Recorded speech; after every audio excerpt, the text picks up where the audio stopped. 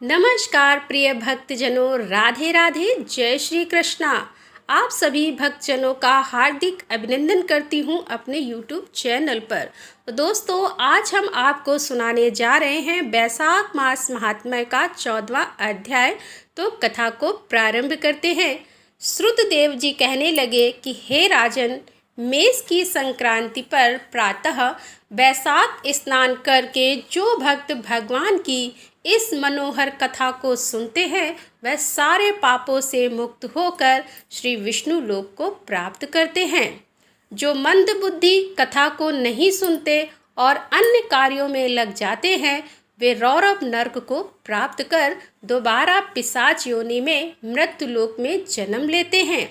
इस संबंध में मैं एक प्राचीन कथा तुम्हें सुनाता हूँ कि इस कथा को सुनने से सारे पापों का नाश होकर मनुष्य पवित्र हो जाता है। और बड़े ही प्राचीन काल की बात है कि गोदावरी नदी के तट पर ब्रह्मोश्वर क्षेत्र में दुर्वासा ऋषि के 2 शिष्य निवास करते थे।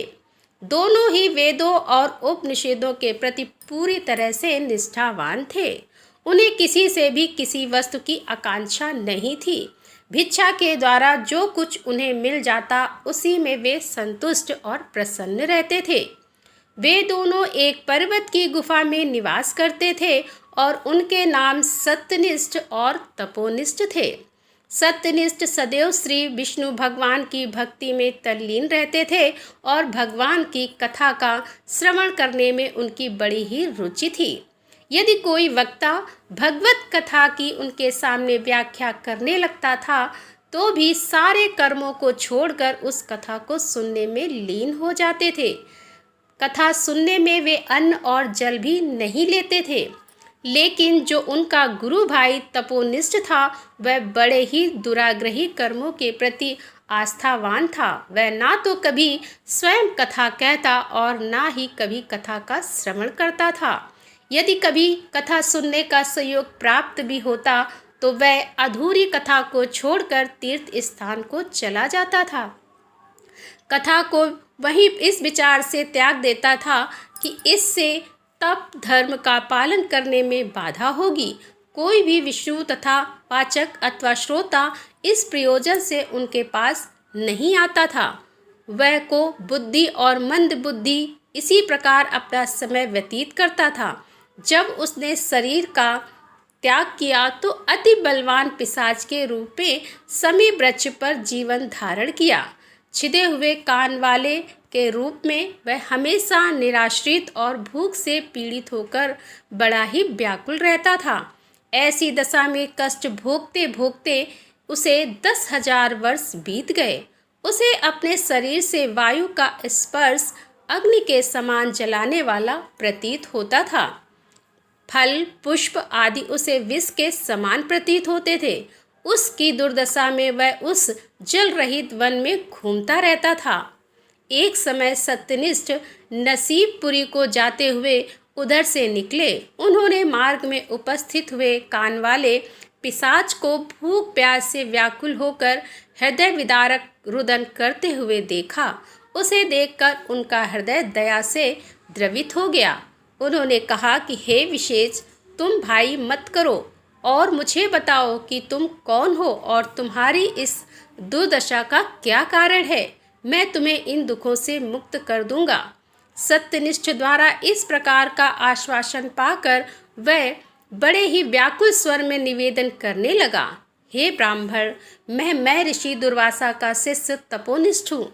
मैं ब्रह्मा अकबर क्षेत्र में निवास करता था। मैं बड़ा ही दुराग्रहित था और बुद्धि के वश मैंने कभी भी साधु महात्माओं द्वारा कही गई श्री विष्णु तथा कथा को श्रवण नहीं किया और ना ही कभी किसी को सुनाया। इसी अपकर्म के फलस्वरूप मृत्यु और अनंत सुखों को प्राप्त करता हुआ इस दारुण दुख से मुक्ति दिलाने वाला मुझे कोई नजर नहीं आता। लेकिन निश्चय ही आज देवतागण मुझ पर प्रसन्न हैं, जो मुझे आपके दर्शन का सौभाग्य प्राप्त हुआ है। अब आप ही मेरी रक्षा करें। इस प्रकार त्राहिमाम कहता हुआ वह इस आज ऋषि के चरणों पर गिर पड़ा। तब ऋषि को उस पर बहुत तीव्र दया का भाव उत्पन्न हुआ। उन्होंने उस दुख से व्याकुल पिशाच को दोनों हाथों से पकड़कर उठा लिया और वैशाख मास महात्म्य के पल भर के श्रवण का फल दानों उसे दान कर दिया। इसके उसके सारे पाप तत्काल नष्ट हो गए और पिसा अपने से मुक्त होकर वह दिव्य शरीर को धारण करके दिव्य विमान पर आरूढ़ होकर ऋषि श्रेष्ठ को प्रणाम करके वह विष्णु लोक को गमन कर गया। इसके पश्चात ऋषि सत्यनिष्ठ भी पैथी नसीबपुरी को चले गए। श्रोतदेव जी बोले कि जिस स्थान पर शुभ फल देने वाली तीनों लोकों की अग्नि साक्षी श्री विष्णु भगवान की कथा होती है, उस स्थान पर सारे तीर्थ और क्षेत्र आकर विराजमान हो जाते हैं। जिस देश में विष्णु कथा रूपी नदी बहती रहती है, वहाँ के निवासियों को मुक्ति सहज में ही प्राप्त हो जाती है। तो बोलो श्री विष्णु भगवान की जय। तो दोस्तों, यहाँ पर 14वां अध्याय समाप्त होता है। मिलते हैं अगले अध्याय में, तब तक के लिए राधे राधे।